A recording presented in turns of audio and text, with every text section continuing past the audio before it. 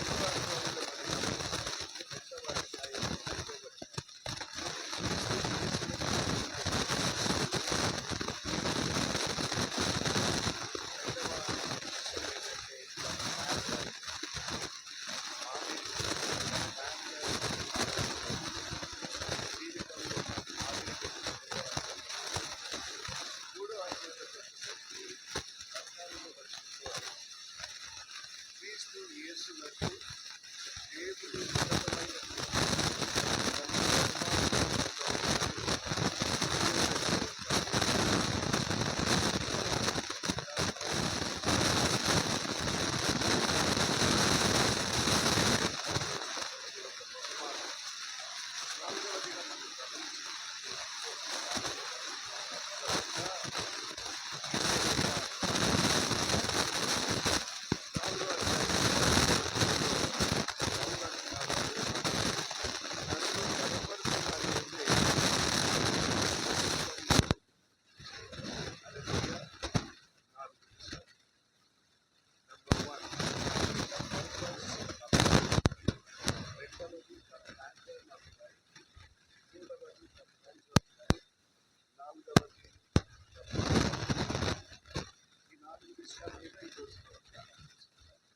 మొదటిది జీవిత ఉద్దేశం. పౌలు రక్షింపబడటకు ఆయన ఉద్దేశం అంతా కూడా వేరే. ఆయన ఉద్దేశం ఏంటి? ఎక్కడ క్రైస్తవులు ఎక్కడ క్రైస్తవులు కాబట్టి యేసుక్రీస్తు నుండి వాళ్ళను దూరం చేయడానికి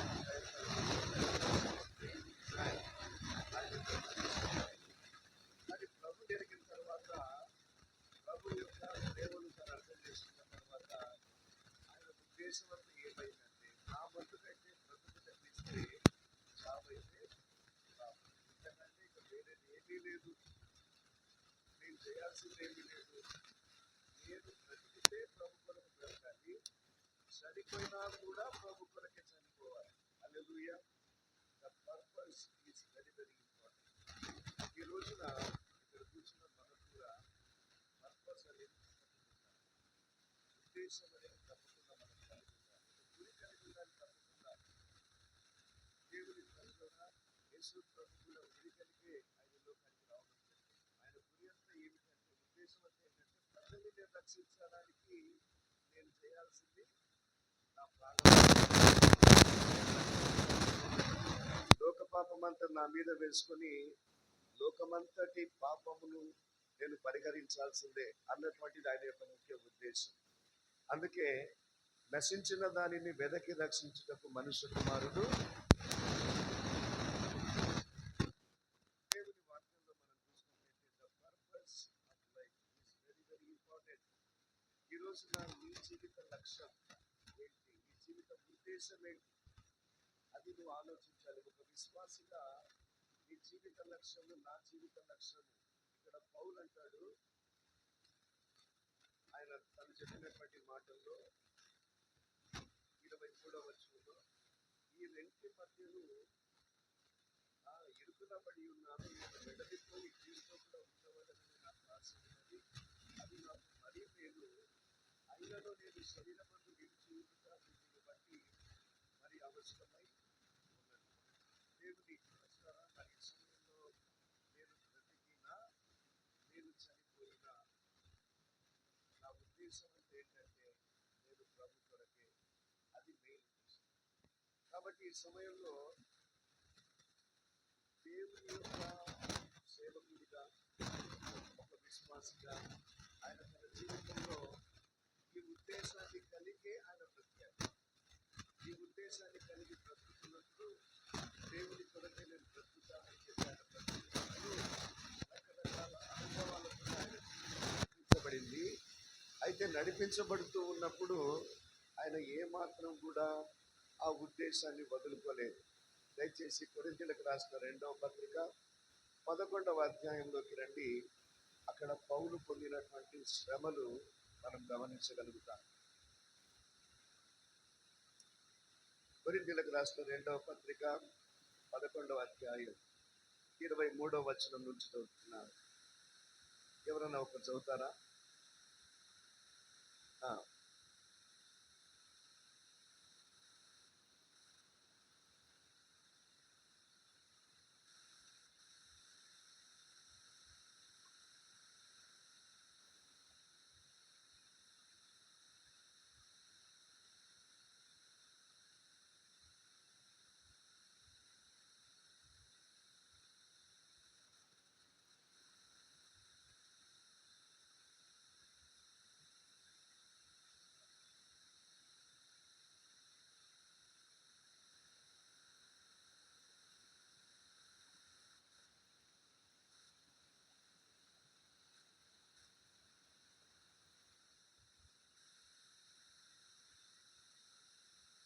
చెప్పగలను నేను.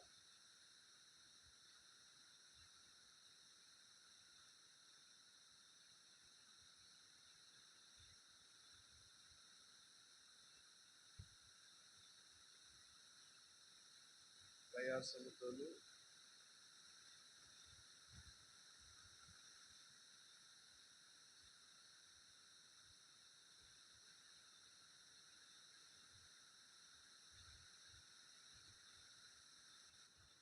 చాలా ఇక్కడ ఇదంతా కూడా మనం గమనించినప్పుడు పౌలు చెప్పినటువంటి మాటకు, తన మాటకు తాను కట్టుబడి ఉన్నట్టుగా మనం గమనిస్తాం.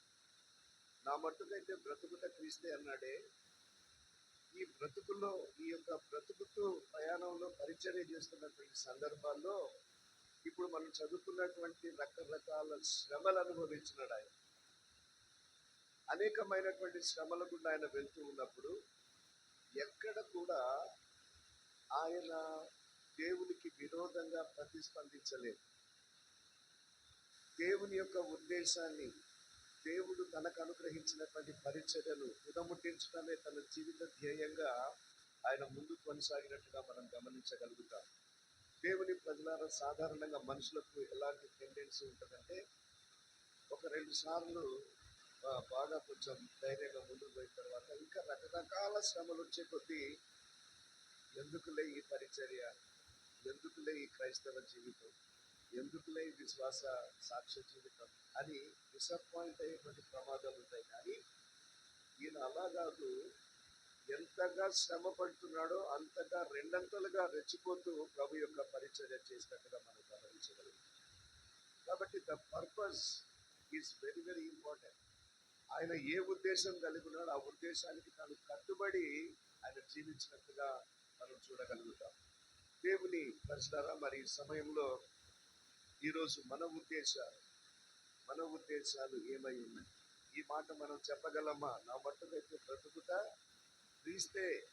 నేను ఎక్కడ పని చేసినా, ఏ ఆఫీస్లో పని చేసినా, ఎవరి మధ్యలో ఉన్నా, ఎక్కడున్నా నేను అక్కడ ప్రభు కొరకే బ్రతుకుతాను అనేటువంటి ఆ యొక్క ఉద్దేశం మన జీవితంలో మనం స్థిరంగా కలిగి ఉండాలి.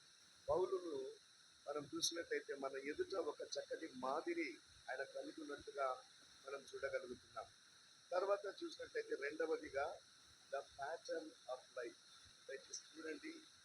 రెండవదిగా మనం చూసినట్లయితే దేవుడు పౌలు జీవితంలో ఆయనను ఒక మాదిరికరమైన వ్యక్తిగా దేవుడు ఉంచడం జరిగింది.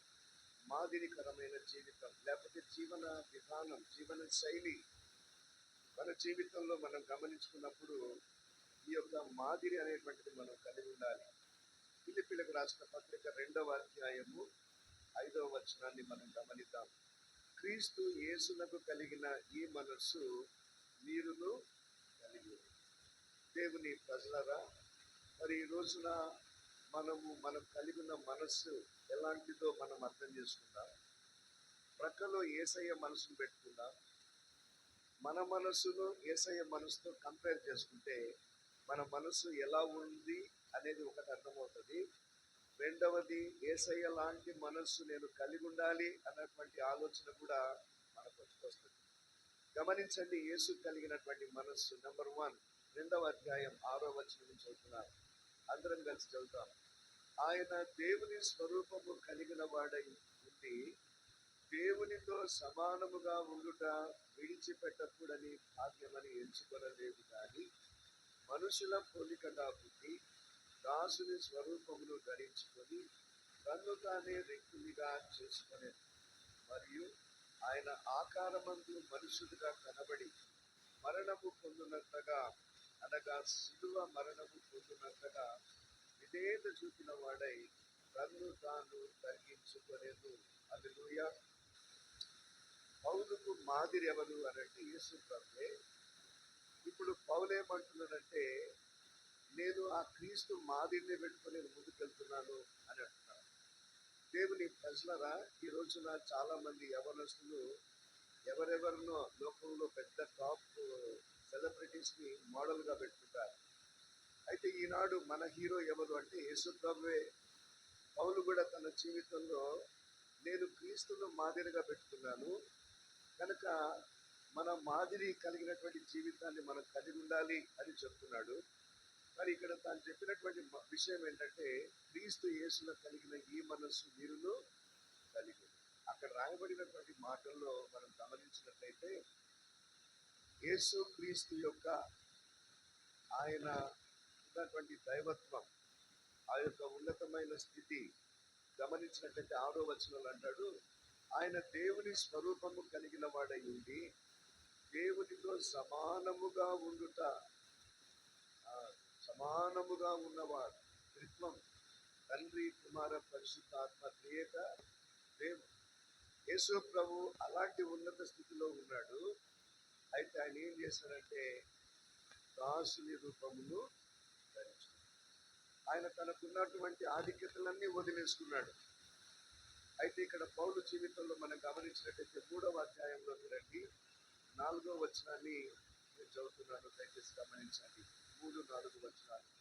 ఎందుకనగా శరీరమును ఆస్పదము చేసుకునక దేవుని యొక్క ఆత్మ వలన ఆరాధించుచు క్రీస్తు యేసునందు అతిశయపడుచున్న మన యేసును ఆచరించు వారము కావలయునంటే నేను శరీరమును ఆస్పదము చేసుకునవచ్చు. మరి ఎవడైనను శరీరమును ఆస్పదము చేసుకున్న దలచిన ఎడల నేను మరి ఎక్కువగా చేసుకునవచ్చు. అందరం కలిసి చూద్దామండి. 5వ వచనం, 5 నుంచి. 8వ దినమున సున్నతి పొంది తిని ఇశ్రాయేలు వంశపు వాడనై బెన్యామీను గోత్రములో పుట్టి హెబ్రీయుల సంతానమైన హెబ్రీయుడనై ధర్మశాస్త్ర విషయము పరిసయుడనై ఆసక్తి విషయము సంఘమును హింసించువాడనై ధర్మశాస్త్రము వలన నీతి విషయము అనింద్యుడనై ఉంటిని. అయినను ఏవేవి నాకు లాభకరములై ఉండెనో వాటిని క్రీస్తు నిమిత్తము నష్టముగా ఎంచుకొంటిని.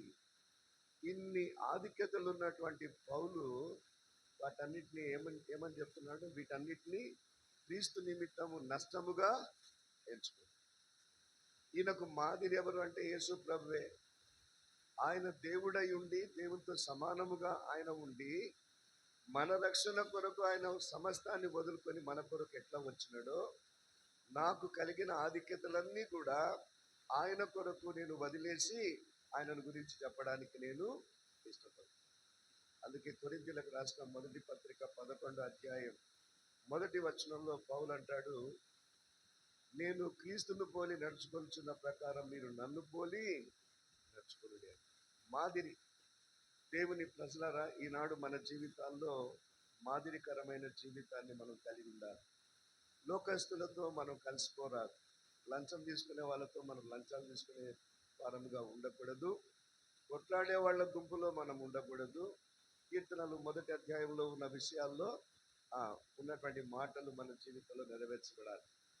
దుష్టుల ఆలోచన చొప్పున పాపుల మార్గమున అపహాసకులు కూర్చుండు చోట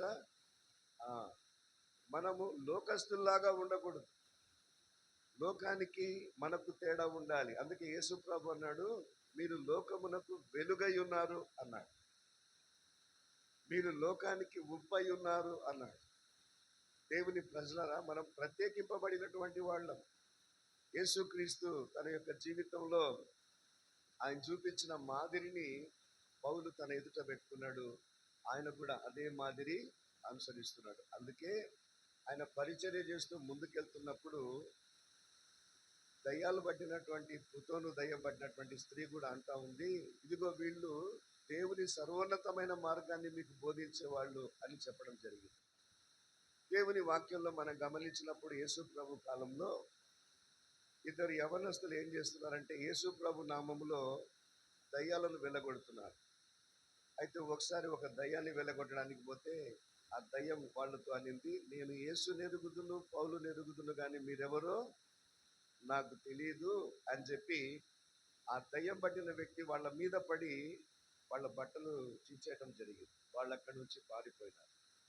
దేవుని ప్రజలరా, ఈ రోజున క్రీస్తును నువ్వు కలిగి ఉంటే you will be a powerful person. దేవుణ్ణి మాదిరిగా పెట్టుకోవాలి.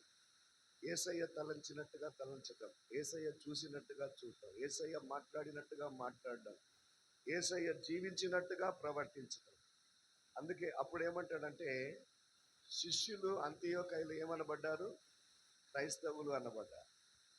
క్రైస్తవులు అనబడ్డారంటే అక్కడ రాయబడిన మాట ఏంటంటే, చిన్న క్రీస్తుల్లాగా కనబడ్డారంట వాళ్ళు. అంటే వాళ్ళ యొక్క మాటల ధోరణిలో, వాళ్ళ ప్రవర్తన జీవితంలో యేసయ్యనే కనపడుతున్నాడు వాళ్ళకి, ఇతరులకు. దేవుని ప్రజలారా, ఈ రోజున పౌలు అంటున్నాడు, నేను క్రీస్తును పోలి నడుచుకొనుచున్న ప్రకారం మీరు నన్ను పోలి నడుచుకొనుడి. ఈరోజు మన జీవితంలో కూడా ఎవరైనా మనలో నుంచి, ఎవరైనా మన మన ఇంట్లో వాళ్ళైనా, మనం పనిచేస్తున్న దగ్గర అయినా, మనతో ఉన్న ఫ్రెండ్స్ అయినా, మన చుట్టూ ఉన్న సమాజమైనా, మీ నుంచి నేను ఈ మంచి నేర్చుకున్నానండి అని చెప్పగలిగిన జీవితం మనం జీవించాలి. అదే ప్యాటర్న్. లోకానికి మనం మాదిరి చూపించవలసినటువంటి వారంగా ఉంటున్నాం. మూడవదిగా మనం గమనించినట్లయితే 3వ అధ్యాయం 14వ వచనంలో చెప్పబడిన మాట. 3వ అధ్యాయము 14వ వచనం, ఫిలిప్పీలకు రాసిన పత్రిక. అందరం చూద్దాం. క్రీస్తు యేసునందు దేవుని ఉన్నతమైన పిలుపునకు కలుగు బహుమానమును పొందవలెనని గురి యొద్దకే పరిగెత్తుచున్నా. దేవుని ప్రజలరా, పౌలు తన జీవితంలో గురి దగ్గరకే పరిగెత్తుతున్నాడు. దేవుని యొక్క ఉన్నతమైన పిలుపునకు కలిగేటువంటి బహుమానం ఒకటి ఉందని ఆయనకు తెలుసు. అందుకే ఆయన గురి దగ్గరికి పరిగెత్తున్నాడు. ద ప్రైజ్ ఆఫ్ లైఫ్ మనం ఇప్పుడు ధ్యానం చేయబోతున్నాం. దేవుని ప్రజలరా, యెషయా గ్రంథం 49వ అధ్యాయం 4వ వచనంలో మనం గమనించినట్లయితే అక్కడ భక్తుడు రాస్తూ ఒక మాట అంటాడు. యెషయా 49:4లో, నా బహుమానము నా దేవుని యొద్దనే ఉన్నది. ఎవరి దగ్గర ఉందండి? దేవుని దగ్గర బహుమానము ఉంది. అదే రీతిగా మనం గమనించినట్లయితే హెబ్రీలకు రాసిన పత్రిక 11వ అధ్యాయము 26వ వచనంలో మనం గమనించినట్లయితే అక్కడ మోషే కూడా చూడండి, అతడు ప్రతిఫలముగా కలగబోవు బహుమానమందు దృష్టి ఉంచెను అనే మాట అక్కడ మనం గమనిస్తాం. తర్వాత మనం గమనించినట్లయితే కొలస్సీలకు రాసిన పత్రిక 2వ అధ్యాయం 19వ వచనంలో పౌలు అంటాడు, శిరస్సును హత్తుకొనని వాడెవడును నీ బహుమానమును అపహరింపనీయకుడి అని కూడా పౌలు అక్కడ చెప్తాడు. అంటే ఒక బహుమానాన్ని దేవుడు మన కొరకు ఏర్పాటు చేసినాడు. దేవుని ప్రజలారా, ఈ లోకంలో చిన్నప్పుడు కానీ లేకపోతే ఇప్పటికైనా ఏదైనా ఒకవేళ మన చర్చ్ డే సందర్భంగానో లేకపోతే స్కూల్లోనో మనం పనిచేసే చోటనో కాంపిటీషన్స్ పెట్టినప్పుడు బహుమానం పొందాలని మనం కూడా ప్రయాసపడతాం. ఎందుకంటే 10 మందిలో పెన్సిల్ తీసుకున్నా అది గొప్పనే. అయితే ఇక్కడ గమనించాలి, దేవుడు తన యొక్క బిడ్డల కొరకు బహుమానాన్ని దేవుడు ఏర్పాటు చేసినాడు. అందుకే పౌలు తిమోతికి రాసిన 2వ పత్రికలో మనం గమనించినట్లయితే 4వ అధ్యాయం 7వ వచనంలో ఒక మాట రాయబడి ఉంది. మంచి పోరాటము పోరాడి తిని, నా పరుగు కడముట్టించి తిని, విశ్వాసము కాపాడుకొంటిని. 8వ వచనంలో, ఇక మీదట నా కొరకు నీతి కిరీటము ఉంచబడి ఉన్నది. బహుమానం ఏర్పాటు చేయబడి ఉంది అనేటువంటి విషయాన్ని మనం గమనించాలి. దేవుని ప్రజలరా, మరి ఈ సమయంలో ఈ లోకంలో మనము చక్కగా ఆత్మీయ జీవితాన్ని ముగిస్తే దేవుని దగ్గరికి వెళ్ళినప్పుడు దేవుని దగ్గర మనకు అనేకమైనటువంటి బహుమానాలు దేవుడు ఏర్పాటు చేసినాడు. నేను ఊరికి రెఫరెన్సెస్ చెప్తాను, మ్యాటర్ చెప్తాను, వినండి. కొరింథీయులకు రాసిన మొదటి పత్రిక 9వ అధ్యాయం 25వ వచనంలో అక్షయ కిరీటం అనేటువంటిది మన కొరకు ఏర్పాటు చేయబడింది. అదే రీతిగా తెస్సలోనికైలకు రాసిన మొదటి పత్రిక 2వ అధ్యాయం 19వ వచనంలో చూస్తే అతిశయ కిరీటం, ఆ బహుమానం మన కొరకు ఏర్పాటు చేయబడి ఉంది. తిమోతికి రాసిన 2వ పత్రిక 4వ అధ్యాయం 8వ వచనంలో గమనించినట్లయితే నీతి కిరీటం అనే కిరీటం ఒకటి ఉంది. యాకోబు రాసిన పత్రికలో మొదటి అధ్యాయం 12వ వచనంలో గమనించినట్లయితే జీవ కిరీటం మన కొరకు ఉంది. పేతురు రాసిన మొదటి పత్రిక 5వ అధ్యాయం 4వ వచనంలో చూస్తే మహిమ కిరీటము బహుమానంగా ప్రభు మన కొరకు ఏర్పాటు చేస్తున్నాడు. ఇంకా విస్తారమైనటువంటి బహుమానాలు దేవుని వాక్యంలో మనం గమనించినట్లయితే ప్రకటనలో చెప్పబడినటువంటి 7 సంఘాలకు 7 రకాల బహుమానాల్ని దేవుడు ఏర్పాటు చేసినట్టుగా మనం చూస్తాం. అద్భుతమైనటువంటి విషయాలు అందులో రాయబడి ఉన్నాయి. దేవుని ప్రజలరా, ఈ రోజున మనము విశ్వాస పరుగు పందెంలో మనము పరుగు పందాన్ని సక్సెస్ఫుల్గా ముగించి మనము గనక ప్రభు దగ్గరికి వెళ్ళిపోతే అక్కడ ప్రభు మన కొరకు ఏర్పాటు చేసిన బహుమానాల్ని మనము కాబట్టి ఈ లోకంలో ప్రయాస పరుగు పందెం బహుమానాలన్నీ ఎక్కడ పరలోకం. కాబట్టి మన యొక్క పరుగు పందాన్ని మనం తుదముట్టించాలి. చనిపోయిన తర్వాత సమాధులకు తీసుకుపోయిన తర్వాత అక్కడ సమాధుల మీద కొన్ని స్టేట్మెంట్స్ రాస్తుంటారు. ఏం స్టేట్మెంట్స్ రాస్తారు?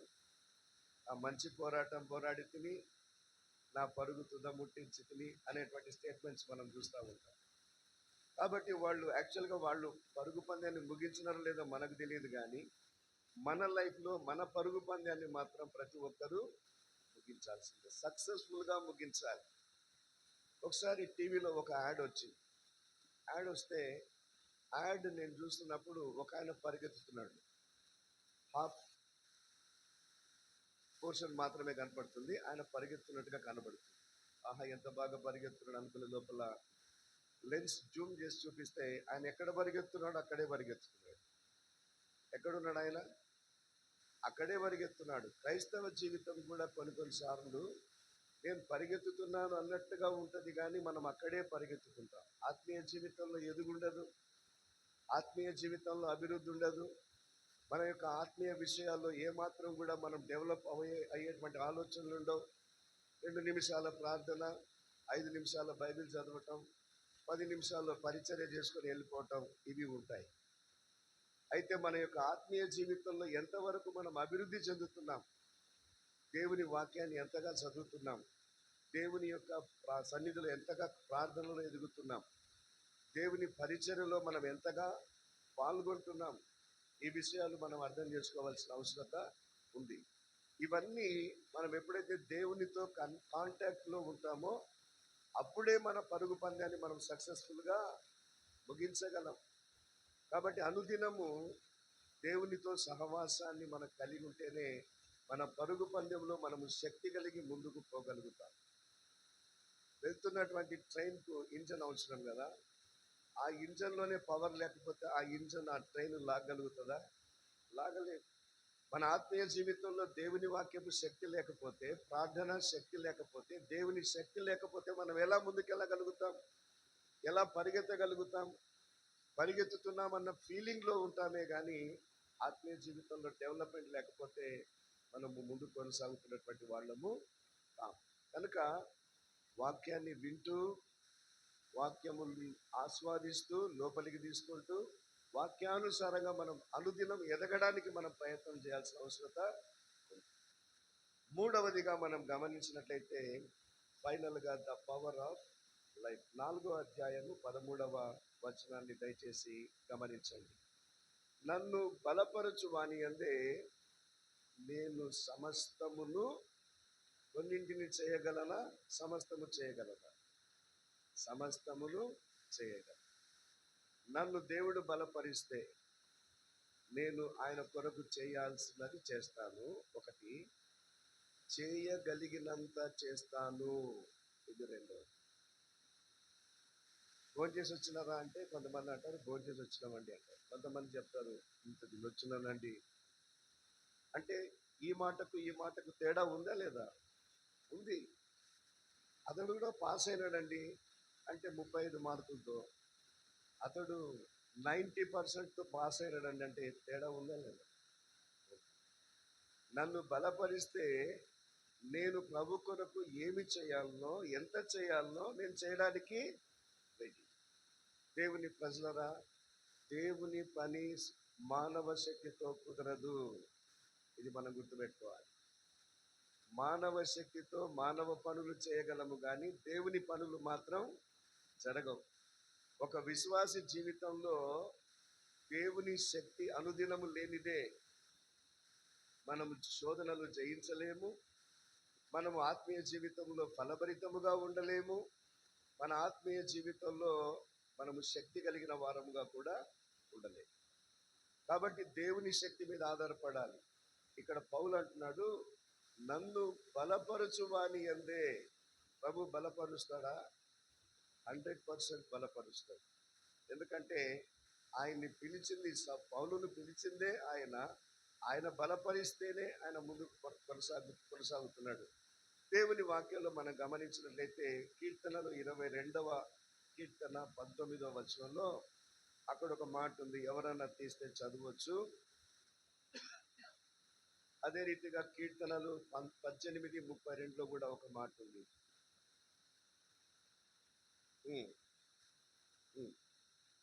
చాలు, నా బలమా త్వరపడి నాకు సహాయము చేయము. ఇంగ్లీష్లో ఎలా ఉంటుందంటే, my God is my strength. నా దేవుడే నా బలం. ఈ దినాన లోకంలో మనం గమనించినప్పుడు కొంతమందికి ధనబలం ఉంటుంది, కొంతమందికి భుజబలం ఉంటుంది, కొంతమందికి అంగబలము ఉంటుంది. ఆ బలాల్ని చూసుకొని ఒక విశ్వాసి ముందుకు పోవడానికి వీల్లేదు. నాకెంతమంది వెనకున్నా, నాకెంత బలమున్నా, నాకెంత ధనమున్నా, దావీదు మహారాజు అంటున్నాడు, నా బలము నువ్వే ప్రభువా. హల్లెలూయా. దావీదు మహారాజు కంటే గొప్పలమా మనం? కాదు. ఆయననే అంటున్నాడు దేవుని చూసి, నువ్వే నా బలం ప్రభువా అని అంటాడు. దయచేసి గమనించండి, కీర్తనలు 18:32లో నాకు బలము ధరింపజేయువాడు ఆయనే.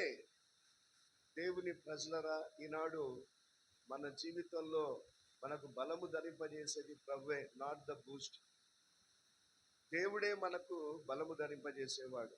అందుకే 18వ కీర్తన 1వ వచనంలో, యెహోవా నా బలమా నేను నిన్ను ప్రేమించుచున్నాను. హల్లెలూయా. దావీదు రాసినటువంటి కీర్తన. ఒక పాట కూడా అదే ఉంది కదా, యెహోవా నా బలమా యథార్థమైనది నీ మార్గం. కాబట్టి ఈనాడు మన బలముతో మన ఆత్మీయ జీవితంలో మనం కొనసాగలేమండి. అందుకే పౌలు అంటున్నాడు, నన్ను బలపరచు వాని అంతే నేను సమస్తము చేయగలను. అలా చూస్తే దేవుని వాక్యంలో మనం చూసినప్పుడు దినవృత్తాంతాలు 1వ గ్రంథం 29వ అధ్యాయం 12వ వచనంలో ఒక అద్భుతమైన మాట రాయబడింది. దినవృత్తాంతాలు 1వ గ్రంథం 29:12లో, బలమును పరాక్రమమును నీ దానములు అందరికీ బలమిచ్చువాడవు నీవే. బలము పరాక్రమము దేవుని యొక్క దానం అంట. గమనించండి, అందరికీ బలమిచ్చేవాడు ఆయననే. దావీదు మహారాజుకు ఒక్కడికే బలం ఇచ్చినాడా? లేదే. పౌలుకు బలం ఇచ్చిన వాడు ఆయననే. ప్రతి విశ్వాసికి బలము ధరింపజేసేవాడు ఆయననే. నీకు నాకు బలము ధరింపజేసేవాడు ఆయననే. సరే, బలము దేవుడిది. ఇప్పుడు ఇంకొక ప్రశ్న, ఈ బలాన్ని మనం ఎలా పొందుకోగలం?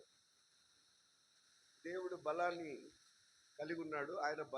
ఆయన మనల్ని బలపరిస్తేనే మనం ముందుకు కొనసాగలం.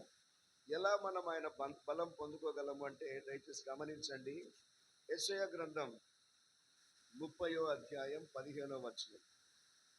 యెషయా గ్రంథం 30వ అధ్యాయము 15వ వచనంలో ఒక మాట రాయబడింది. మీరు ఊరకుండి నమ్ముకొనుట వలన బలము పొందుతుంది. ఏం చేయాలంట? దేవుని నమ్ముకోవాలి. దేవుని నమ్ముకుంటేనే బలం పొందుతాము. రెండవదిగా మనం గమనించినట్లయితే యెషయా గ్రంథం 40వ అధ్యాయం 31వ వచనం, యెహోవా కొరకు ఎదురు చూచువారు నూతన బలము పొందుదురు. తర్వాత మనం గమనించినట్లయితే నెహెమ్యా గ్రంథం 8వ అధ్యాయం 10వ వచనంలో ఒక మాట రాయబడింది. నెహెమ్యా గ్రంథము 8వ అధ్యాయం 10వ వచనంలో, యెహోవా యందు ఆనందించుట వలన బలము పొందు. నమ్ముకొనుట వలన బలము, దేవుని ఎదుట ఎదురు చూచుట వలన బలము, మూడవదిగా దేవునిలో ఆనందించుట వలన బలం. మరి ఈ బలాన్ని మనం దేనికి ఉపయోగించాలి అనేటువంటి ఒక ప్రశ్న వేసుకుంటే, దయచేసి గమనించండి, ఫిలిప్పీలకు రాసిన పత్రిక 4:13లో మనం చదువున్నట్టుగా, నేను సమస్తము చేయగలను. నన్ను బలపరచు వాని అందే నేను సమస్తము చేయగలను. అంటే ప్రభు యొక్క పరిచర్య చేయడానికి మనకు దేవుని బలము అవసరం. దేవుని సాక్షిగా నిలబడడానికి మనకు దేవుని బలము అవసరం. తర్వాత గమనించినట్లయితే నెహెమ్యా గ్రంథం 8వ అధ్యాయం 2వ అధ్యాయం 18వ వచనంలో ఒక మాట ఉంది. నెహెమ్యా 2:18లో వారు మంచి కార్యములు చేయుటకై బలము తెచ్చుకొనిరి. దేవుని ప్రజలారా, దేవుడు మనల్ని బలపరిచేది ఎందుకు అనంటే మంచి కార్యాలు చేయడానికి, అంటే దుష్ట కార్యాలు చేయడానికి కాదు అని అర్థం. అక్కడ దేవుని వాక్యంలో మనం గమనించినట్లయితే అపోస్తలుల కార్యముల గ్రంథం 1వ అధ్యాయము 8వ వచనం, అక్కడ ఒక మాట రాయబడి ఉంది. పరిశుద్ధాత్మ మీ మీదికి వచ్చినప్పుడు మీరేం పొందుతారు? శక్తిని పొందేదరు గనుక అప్పుడు మీరు భూదిగంతముల వరకు నాకు సాక్షులై ఉంటారు. దేవుడు మనకు బలం ఇచ్చేది ఎందుకొరకు అనంటే మంచి కార్యాలు చేయడానికి, ప్రభు సేవ చేయడానికి, ప్రభువుకు సాక్షులుగా ఉండడానికి. ఎక్కడెక్కడ సాక్షులుగా ఉండాలి? భూదిగంతాలంటే everywhere, wherever you move. నువ్వు ఎక్కడెక్కడైతే నువ్వు వెళ్తున్నావో, నువ్వు ఎక్కడెక్కడైతే కలుస్తున్నావో, నువ్వు ఎక్కడెక్కడైతే పని చేస్తున్నావో అక్కడంతా నువ్వు ప్రభువు సాక్షిగా. దేవుని ప్రజలారా, ప్రభు బలం మనకిచ్చేది ఎందుకంటే ఆయన సాక్షులుగా మనం ఉండడానికి, ఆయన పరిచర్య చేయడానికి, మంచి కార్యాలు చేసి ప్రజలకు ఆశీర్వాదకరంగా ఉండడానికి. 4 విషయాలు మనం తీసుకుంటాం. మొదటి అధ్యాయంలో ఏంటి? The purpose of life. Purpose అనేది లేకుండా ఉంటే మనం నాశనం అయిపోతాం. యేసయ్య ఒక పర్పస్, నేను మానవాళిని రక్షించాలి. పౌలు ఒక పర్పస్ కలిగి ఉన్నాడు, నా మట్టుకైతే బ్రతుకుట క్రీస్తే, చావైతే లాభం. అంటే అది పర్పస్. రెండవది ద ప్యాటర్న్ ఆఫ్ లైఫ్, మాదిరికరమైన జీవితం. ఇతరులకు మీకు తప్పకుండా తేడా కనపడాలి లోకంలో. లేదన్నా కొన్ని మాత్రమే మార్చుకుంటా, నేను అన్నీ మార్చుకోలేకపోతున్నాను, అక్కడే నువ్వు కరెక్ట్ చేయాలి. నాకు చాలా కోపం ఉండేది ప్రభుని అంగీకరించక ముందు. అయితే ప్రభు నమ్ముకున్నాక అది ప్రేమగా మార్చబడి. Hallelujah. There must be a change. నీలో మార్పు ఖచ్చితంగా కనబడాల్సిందే. నేను క్రీస్తు సారూప్యంలోకి ఎదిగితేనే పరలోకం నాకు. క్రీస్తు సారూప్యంలోకి ఎదగకుండా నా సారూప్యంలోనే నేను ఉంటాను అంటే మనం పరలోకానికి మత్తయి సువార్తలో యేసు ప్రభువుల వారు ఒక హెచ్చరిక మాట అన్నాడు. ప్రభువా ప్రభువా అని పిలిచే ప్రతివాడు కంటిన్యూ చేయండి, పరలోక రాజ్యంలో ప్రవేశించడు అన్నాడు. మరి ఎవరు ప్రవేశిస్తారు?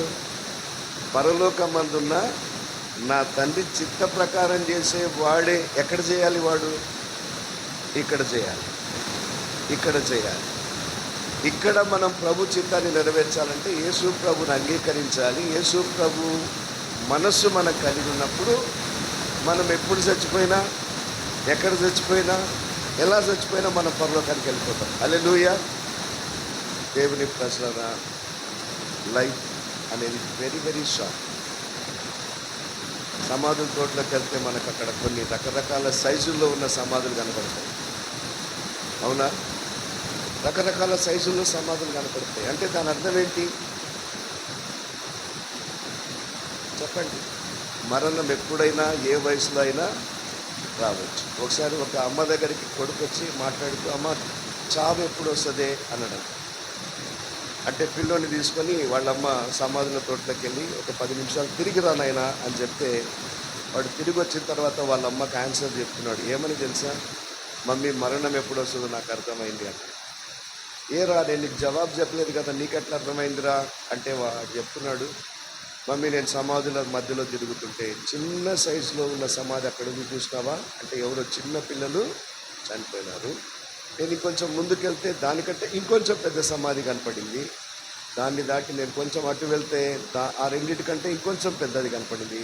ఇంకొంచెం ముందుకెళ్తే ఈ మూడింటికంటే పెద్ద సమాధి కనపడింది.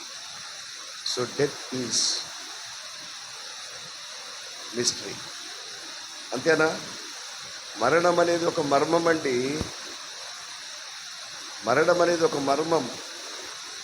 జనవరి 1 నుంచి రకరకాల ఏజెస్లో ఉన్న వాళ్ళ సమాధులు నేను అటెండ్ అవ్వడం జరిగింది. 14 సంవత్సరాల పిల్లోడు, 36 సంవత్సరాల యవనస్తుడు, 92 సంవత్సరాల వృద్ధుడు. ఇంకా ఈ మధ్యలో చనిపోయిన వాళ్ళల్లో నిన్ననే ఒక సమాధి అయింది, 54 years girl. Nobody knows when death comes. మరణం ఎప్పుడు వస్తుందో మనకు తెలీదు, ఎక్కడొస్తుందో తెలీదు, ఎలా వస్తుందో తెలీదు. So we must be ready. కాబట్టి మన లైఫ్లో మనము ప్రభువుకు ఇష్టకరముగా జీవిస్తూ, మాదిరికరముగా జీవిస్తూ, దేవుని యొక్క ఉన్నతమైన పిలుపున కలిగే బహుమానాన్ని పొందుతామన్న గొప్ప విశ్వాసంతో మన పరుగు పందాన్ని కొనసాగిస్తూ, ప్రభువిచ్చే బలంతో ఈ లోకంలో మనం అందరము ముందుకు కొనసాగునట్లుగా మనల్ని మనం ప్రభువుకు సమర్పించుకొని జీవించుదుము గాక. తలలోంచినట్టయితే చిన్న ప్రార్థన చేసుకుందాం. ప్రేమ కనికరం గల మా ప్రియ పరలోకపు తండ్రి, పరిశుద్ధుడా, మీరు మాకు అనుగ్రహించిన కృపను బట్టి మీకు వందనాలు చెల్లిస్తున్నాం. దేవా, ఫిలిప్పీలకు రాసిన పత్రికలో రాయబడినటువంటి 4 ప్రాముఖ్యమైన విషయాలను నేను ధ్యానించడానికి మీరు అనుగ్రహించిన సమయాన్ని బట్టి మీకు వందనాలు, స్తోత్రాలు. విత్తబడిన వాక్యం ప్రతి హృదయంలో స్థిరపరిచి ఫలింపజేసి మీరే మహిమ పొందాలని ప్రభువైన యేసుక్రీస్తు నామం పేరట కృతజ్ఞతతో ప్రార్థించి వేడుకుంటున్నాము తండ్రి. ఆమేన్.